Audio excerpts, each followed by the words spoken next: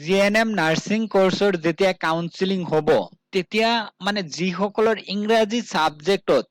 40 নাই মানে 40% নাই সেইবিলাক কেণ্ডিডেট বা ছাত্ৰ ছাত্ৰী ৰিজেক্ট হ'ব নে নাই বহুতৰ মানে মনত প্ৰশ্ন আছিল হয় ৰিজেক্ট হ'ব এতিয়াৰ পৰা এতিয়া নতুন নিয়ম কৰিছে মানে নতুন নিয়ম নহয় আগৰ পৰাই আছিল এতিয়া ইম্পৰ্টেন্ট পইণ্টখিনি তোমালোকে জানি লোৱা প্ৰমাণৰ সৈতে জনাই দিম অফিচিয়েল আপডেট মই তোমালোকক জনাম আগৰ ভিডিঅ জনাই দিছিলো বহুতে মিছা বুলি ভাবিছিল কিন্তু মিছা খবৰ নহয় সঁচা অফিচিয়েল খবৰ হয় সো আইএনচিৰ যেটো এলিজিবিলিটি ক্ৰাইটেৰিয়া আছে হেতু ফুলফিল কৰিব লাগিব লগতে এইচএস পাস কৰা হ'ব লাগিব ইংৰাজী সাবজেক্ট লৈ লগতে মিনিমাম 40% কোড বিচাৰিছে কোৱালিফাই এক্সামিনেশন মানে এইচএস ত ওভাৰঅল যদি 40% আছে এডমিশন ল'ব পাৰিব জিএনএমত লগতে কিন্তু 40% মাৰ্কস ইন ইংলিশ ইন্ডিভিজুয়ালি এইটো চোৱা এতিয়া মেনশন কৰি দিছিল আগতে মানে কনফিউজ আছিল এতিয়া মানে ফাইনেল কৰি দিছে মানে এডমিশন ল'বলৈ হলে ইংৰাজী এক্সট্ৰাকৈ 40 পাবই লাগিব এতিয়া চোৱা চৰকাৰী বা প্ৰাইভেট সেম ইংৰাজী বিষয়ত 40 লাগিবই নহলে কিন্তু ৰেজিষ্ট্ৰেচন নাপাবা কাৰণ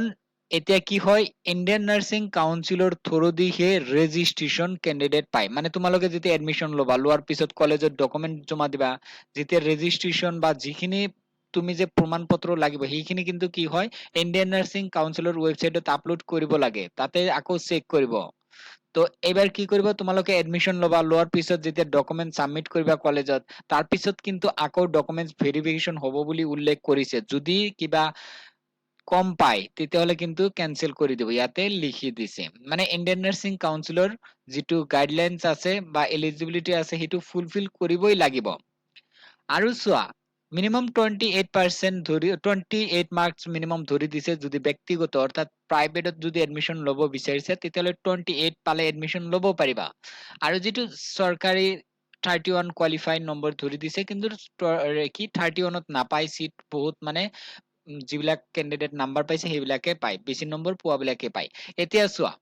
প্ৰাইভেটৰ কি কৰিছে ইণ্ডিয়ান নাৰ্ছিং কাউন্সিলৰ ৰিকগনাইজ নাই তাতে তুমি জিএনএমত এডমিশন লৈছা সেই কলেজৰ ষ্টুডেণ্টে কেনেকৈ এতিয়া ৰেজিষ্ট্ৰেচন পাব সিহঁতৰ মানে ৰেজিষ্ট্ৰেচন নাপাব কাৰণ এইটো অবৈধ কেনেকৈ কৈছো কাৰণ সেই কলেজৰ ইণ্ডিয়ান নাৰ্ছিং কাউন্সিলৰ ৰিকগনাইজ নাই তেতিয়াহ'লে ষ্টুডেণ্টৰ যিবিলাক প্ৰমাণ পত্ৰ থাকিব এডমিশন লৈছে প্ৰমাণ পত্ৰ আছে সেইবিলাক ৰেজিষ্ট্ৰেচন পাবলৈ হলে ইণ্ডিয়ান নাৰ্ছিং কাউন্সিলৰ ৱেবসাইটত আপলোড কৰিব লাগিব তো সেই কলেজৰ নাই তেতিয়াহ'লে সেই কলেজৰ ষ্টুডেণ্টক কেনেকৈ ৰেজিষ্ট্ৰেচন দিব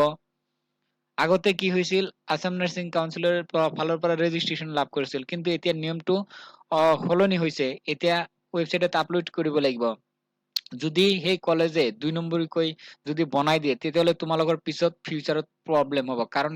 যদি কলেজ ৰিকগনাইজ নাথাকে তোমালোকে চাই চিন্তি এডমিশন ল'বা পিছত বহুত আহি মেছেজ কৰি থাকে যে মই গম পোৱা নাছিলো কিবা হৈছে সেইবিলাক কিন্তু পিছত নকবা ইয়াতে কৈছে no candidate shall be admitted unless all INC যদি তোমালোকে এডমিশন লোৱা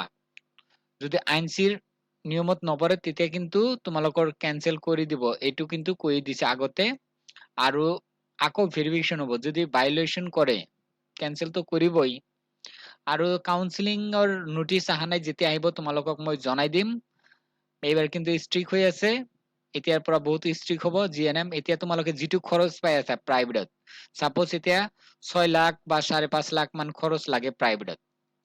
তো ইমান টকা পাই আছা 2-3 বছৰ এটো যত মানে 6 লাখ আছে তাতে 7 লাখ হৈ যাব যত মানে 5.5 লাখ আছে তাতে 6.5 লাখ বা 6 লাখতকৈ বেছি হ'ব লাহে লাহে 3 বছৰত কি হ'ব 3 বছৰ পিছত 10 লাখ হৈ যাব জিএনএম আৰু বিএসসি নাৰ্ছিং হৈ যাব 15 লাখ বা 20 লাখৰ ওচৰত যাব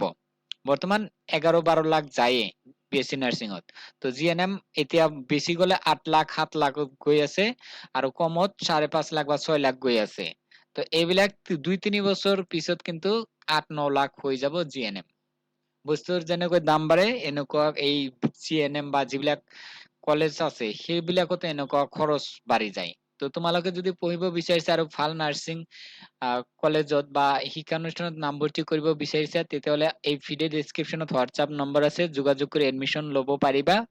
ইণ্ডিয়ান নাৰ্ছিং কাউন্সিলৰ ৰিকগনাইজ আছে Assam nurses and midwives and health visitor কাউন্সিলৰ ৰিকগনাইজ আছে, অসম চৰকাৰৰ এপ্ৰুভেল আছে, কোনো ধৰণৰ প্ৰব্লেম নহয়, পাছ কৰি মানে চৰকাৰী জবতো এপ্লাই কৰিব পাৰিবা, কোনো ধৰণৰ প্ৰব্লেম নহয়। অফিচিয়েল আপডেট তোমালোকক জনাই দিলো, আৰু যদি কিবা নতুন আপডেট আহে মই তোমালোকক ভিডিঅ'ৰ জৰিয়তে জনাই দিম।